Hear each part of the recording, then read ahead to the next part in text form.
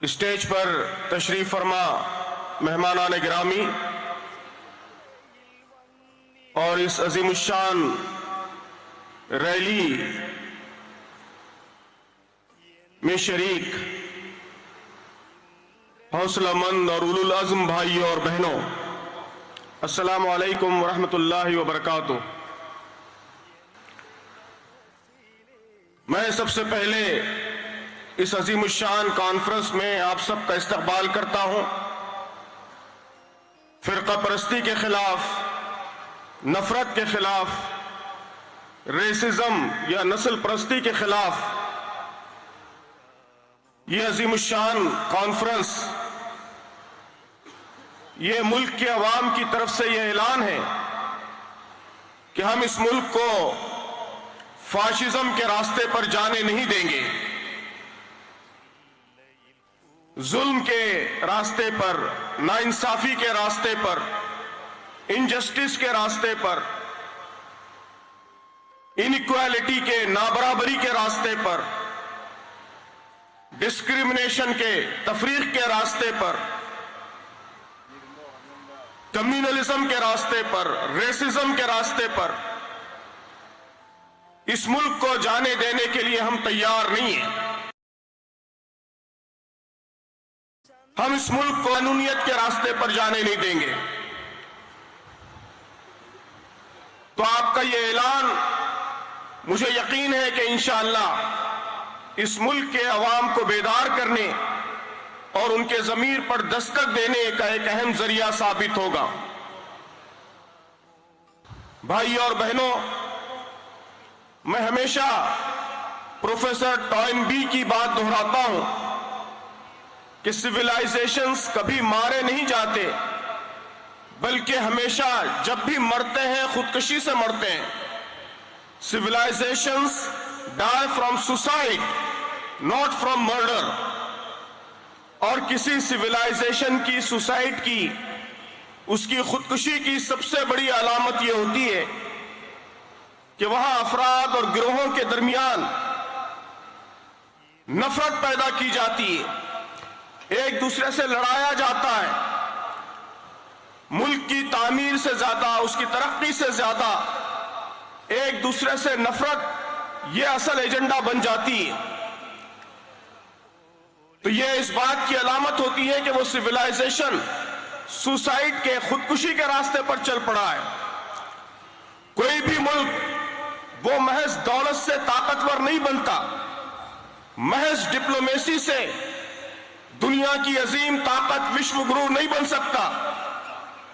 کسی ملک کے مضبوط اور طاقتور بننے کے لیے سب سے پہلی ضرورت یہ ہوتی ہے کہ وہاں لوگوں کے اندر یونٹی ہو، اتحاد ہو، ایک دوسرے پر اعتماد ہو، تحفظ کا، سلامتی کا احساس ملک کے تمام طبقات کے اندر موجود ہو، رول آف لا ہو، قانون کی حکمرانی ہو، ایکوالٹی ہو، جسٹس ہو۔ یہی ملکوں کی سب سے بڑی طاقت ہوتی ہے۔ جو لوگ کسی ملک کے عدل کے نظام کو خراب کرتے ہیں، وہاں لوگوں کو آپس میں لڑاتے ہیں، نفرت کو عام کرتے ہیں۔ محترم سامعین، یہ بات یاد رکھنے کی ہے، اس ملک کے عوام کو یاد دلانے کی ہے کہ جو لوگ ایسا کرتے ہیں وہ اس ملک کے سب سے بڑے دشمن ہیں، وہ اس ملک کے سب سے بڑے دشمن ہیں، سب سے بڑے انیمی ہیں۔ ہمیں یہ بات سمجھنی چاہیے اور سمجھانی چاہیے کہ فرقہ پرست طاقتیں، فاشسٹ طاقتیں، نفرت کا پرچار، وہ اس ملک کی سب سے بڑی دشمن ہیں۔ آپ اس ملک کی صورتحال دیکھیے، نفرت، فرقہ پرستی، تفریق اب یہ الیکشن جیتنے کا شارٹ کٹ راستہ بن چکا ہے۔ نفرت کا پرچار کرنے والے وہ ہیرو بنائے جا رہے ہیں۔ یہ کتنی بدنصیب صورتحال ہے کہ اس وقت ہمارے ملک کے کئی چیف منسٹروں کے درمیان ہیٹ اسپیچ کا کمپٹیشن چل رہا ہے، نفرتی تقریروں کا مقابلہ چل رہا ہے۔ کیا آپ یہ سمجھتے ہیں کہ نفرت کی یہ آگ صرف مسلمانوں کو نقصان پہنچائے گی؟ ہرگز نہیں۔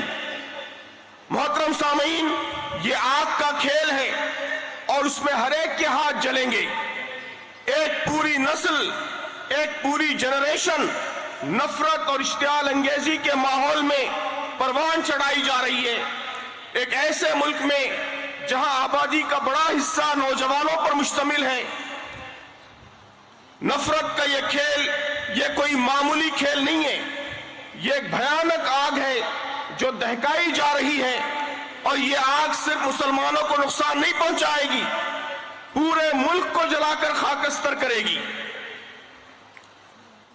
قانون کو، لا کو نفرت کا، تفریق کا، ظلم کا ذریعہ بنایا جا رہا ہے۔ بلڈوزر پالیٹکس اب ایک اصطلاح بن چکی ہے اور پوری دنیا میں ہمارے ملک کو بدنام کر رہی ہے۔ قانون کا سلیکٹیو اپلیکیشن ایک پیٹرن بن چکا ہے۔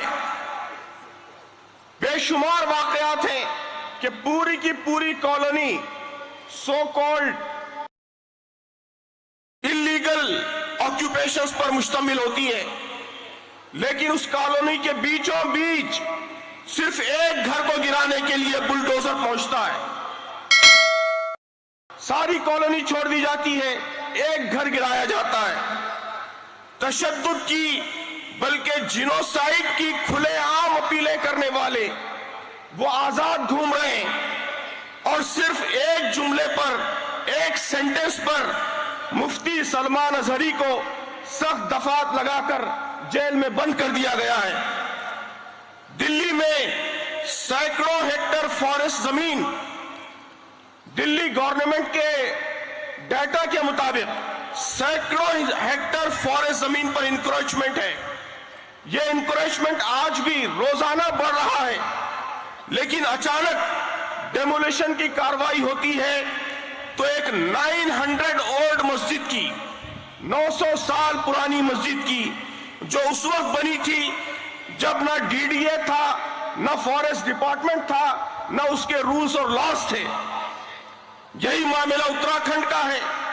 حکومت کے اسٹیٹسٹکس بتاتے ہیں کہ اتراکھنڈ میں 12,000 ہیکٹر زمین پر انکروچمنٹ ہے، اس میں مسلسل اضافہ ہو رہا ہے۔ لیکن آپ نے دیکھا کہ کس طرح راتوں رات ایک مسجد کو اور مدرسے کو کورٹ کے ڈکٹیشن کے خلاف، حالانکہ کورٹ میں کیس چل رہا ہے، اس کے باوجود کارروائی کی گئی، ان کو ڈیمولش کیا گیا۔ بنارس کی تفصیل ابھی مفتی صاحب آپ کے سامنے پیش کریں گے۔ اس ملک میں باقاعدہ قانون موجود ہے، پلیسز آف ورشپ ایکٹ، لیکن اس کے باوجود جس طرح مسجدوں کو ٹارگیٹ کیا جا رہا ہے وہ ایک خطرناک صورتحال ہے۔ محترم سامعین، یہ بات بتانے کی ضرورت ہے کہ یہ ٹرینڈ صرف مسلمانوں کو نقصان نہیں پہنچائے گا، یہ ٹرینڈ اس ملک کی عدالتوں کو بے وقار کرے گا، ان کو رسوا کرے گا ساری دنیا میں، قانون کی حکمرانی کو، رول آف لا کو ختم کر کے رکھ دے گا۔ ایک ایسے وقت میں جبکہ ہمارے ملک کو ایک گولڈن اپورچونٹی، ایک سنہری موقع حاصل تھا کہ ہم تعلیم پر توجہ دیتے، اکنامک ڈیولپمنٹ پر توجہ دیتے، اس ملک کی غربت کو ختم کرنے پر توجہ دیتے، یا انیکوالٹی دور کرنے پر توجہ دیتے، سماج کے جو طبقات پیچھے رہ گئے ہیں ان کو ڈیولپ کرتے، اور سب کو ساتھ لے کر ترقی کی دوڑ میں آگے بڑھتے۔ یہ سب مواقع آج بھی موجود ہیں، بہت زیادہ موجود ہیں۔ ہمارے ملک کی بہت بڑی نوجوان قوت ہے جسے ڈیموگرافک ایسٹ میں، ڈیموگرافک ڈیویڈنڈ میں بدلا جا سکتا ہے۔ ملک میں اگر کنسٹرکٹیو لیڈرشپ ہوتی، ویژنری لیڈرشپ ہوتی، تو وہ ملک کی عوام کو جوڑتی اور اس ہسٹوریکل اپورچونٹی کو استعمال کر کے ملک کو ترقی کی بلندیوں پر پہنچا دیتی۔